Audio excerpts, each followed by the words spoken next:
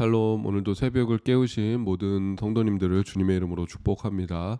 오늘 말씀 열왕기하 3장 21절에서 27절 말씀입니다. 함께 읽고 또 묵상 같이 나누도록 하겠습니다. 모압의 모든 사람은 왕들이 올라와서 자기를 치려 한다함을 듣고 갑옷 입을 만한 자로부터 그 이상이 다 모여 그 경계에 서 있더라. 아침에 모압 사람이 일찍이 일어나서 해가 물에 비침으로 맞은편 물이 붉어 피와 같음을 보고 이르되 이는 피라 틀림없이 저 왕들이 싸워 서로 죽인 것이로다. 모압 사람들아 이제 노력하러 가자 하고 이스라엘 진에 이르니 이스라엘 사람이 일어나 모압 사람을 쳐서 그들 앞에서 도망하게 하고 그 지경에 들어가며 모압 사람을 치고 그 성읍들을 쳐서 헐고 각기 돌을 던져 모든 좋은 밭에 가득하게 하고 모든 샘을 메우고 모든 좋은 나무를 베고 길 하레셋에 돌들은 남기고 물매꾼이 두루 다니며 치니라. 모압 왕이 전세가 극렬하여 당하기 어려움을 보고 칼찬 군사 700명을 거느리고 돌파하여 지나서 에돔 왕에게로 가고자 하되 가지 못하고 이에 자기 왕위를 이어 왕이 될 마다들을 데려와 성 위에서 번제를 드린지라. 이스라엘에게 크게 경노함이 임함에 그들이 떠나 각기 고국으로 돌아갔더라. 아멘.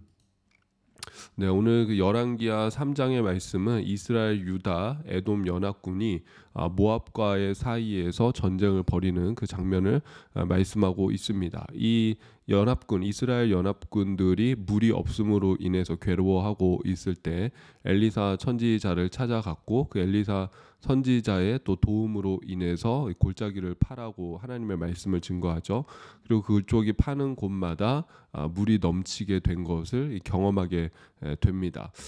이것이 이제 모압 군대에게는 이 모습을 또 보는데 모압 군대에서는 이 모습을 보고 마치 이것이 이제 아침에 그 태양이 떠오르지 않습니까? 그 떠오르는 태양에 비친 물의 모습이 피처럼 보이는 것을 볼 수가 있습니다. 22절 보니까 아침에 모압 사람이 일찍 일어나서 해가 물에 비침으로 맞은편 물이 붉어 피와 같음을 보고 그래서 이들이 지금 그 어떤 결정을 내리냐면은 바로 이것은 피다. 이 이스라엘 연합군이 그 안에서 뭔가 내분이 일어나서 서로 죽이고 배신함으로 인해서 그 시체에서 나온 그 피가 강같이 이렇게 골짜기에 가득 채우게 되었다라고 그들 스스로 이렇게 오판하는 장면을 볼 수가 있습니다. 근데 그것도 조금 이해가 되는 것이 이 골짜기는 사실 물이 있던 골짜기가 아니죠. 물이 있던 골짜기가 아니고 또 비가 내린 적도 없고 뭔가 이렇게 물이 있을 만한 조짐이나 징조가 전혀 보이지 않았습니까? 근데 갑자기 그 골짜기에서 빨간 물이 이렇게 흘러 내려오는 그 모습을 보면서 이들은 나름대로 이것이 물이라고 생각하지 못하고 그들이 서로 죽임으로 인해서 이 피가 강같이 흘렀다라고 그렇게 착각을 하게 된 것이죠. 근데 이것 역시도 결국은 하나님의 어떤 역사인 것이죠. 하나님께서 앞서서 이미 그 이스라엘 연합군에게 승리를 주겠다라고 엘리사를 통해서 말씀하셨기 때문에 그들이 이렇게 오판하고 착각하는 것도 사실은 하나님의 어떤 심판의 역사, 이스라엘로 하여금 승리를 주시고자 하는 그런 역사라고 볼 수가 있습니다. 결국 그들은 그 방심한 채로 이스라엘 진영으로 쳐들어갑니다. 그러니까 이들의 생각은 뭡니까? 모압 군대의 생각은 이스라엘 진영은 이미 망했다. 뭐 살아남아봤자 소수다. 서로가 서로를 죽임으로 인해서 군대로서의 기능은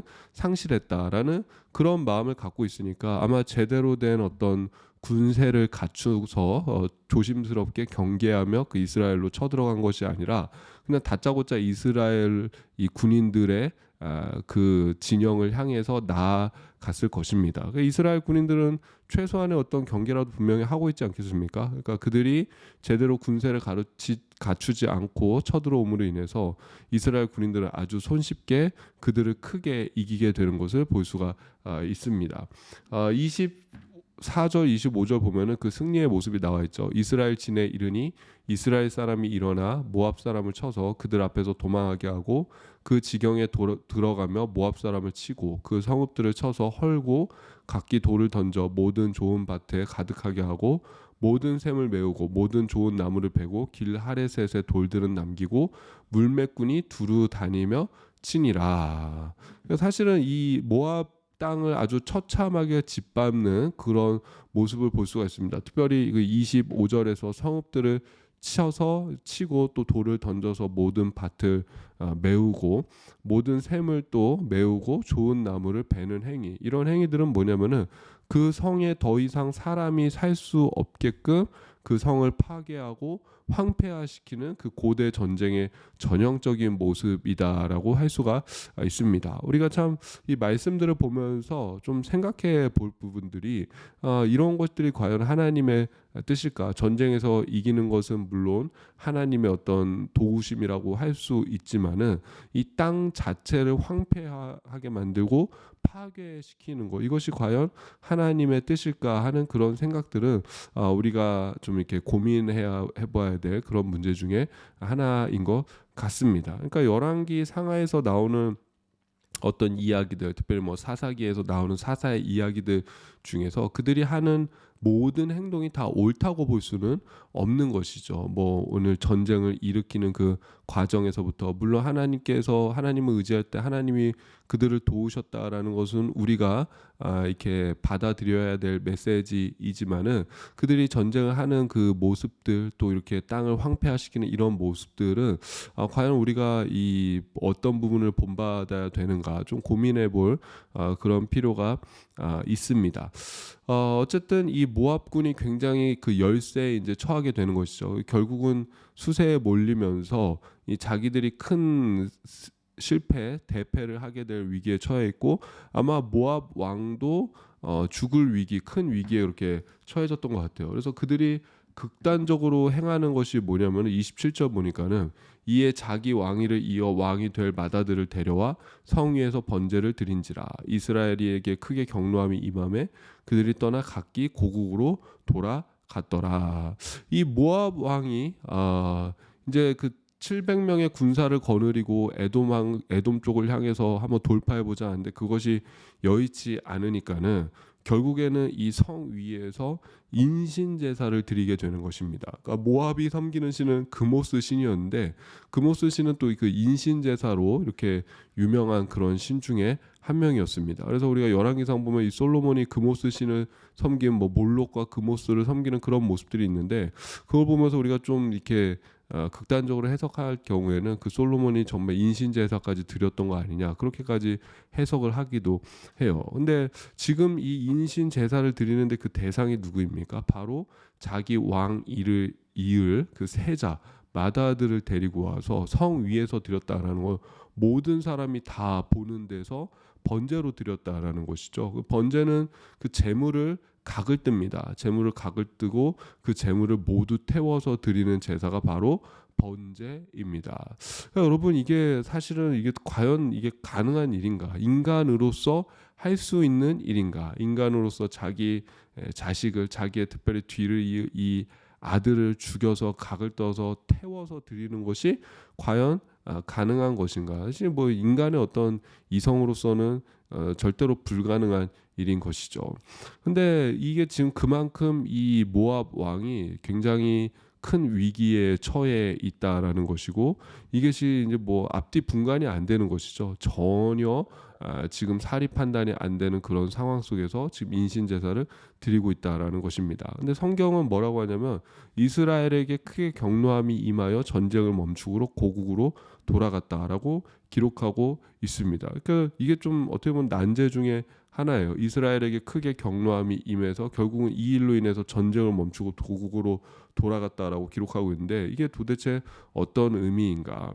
몇 가지 생각해 볼 수 있는데, 첫 번째는 그 자기 아들조차 제사 드리는 그 모습을 보면서 백성들이 치를 떠는 거예요. 야, 저 진짜 독한 놈, 저딴 놈이 어떻게 다 있냐. 그래서 여기서 멈추고 질려버려서 멈추고 돌아갔다라는 그런 해석이 있고, 또 두 번째는 하나님께서 원치 않는 일이기 때문에 하나님께서 이제 회군시켰다라는 그런 의미가 있고, 또 세 번째로는 이 모압의 군대가 이 일로 인해서 뭔가 사기가 등등해지는 것이죠.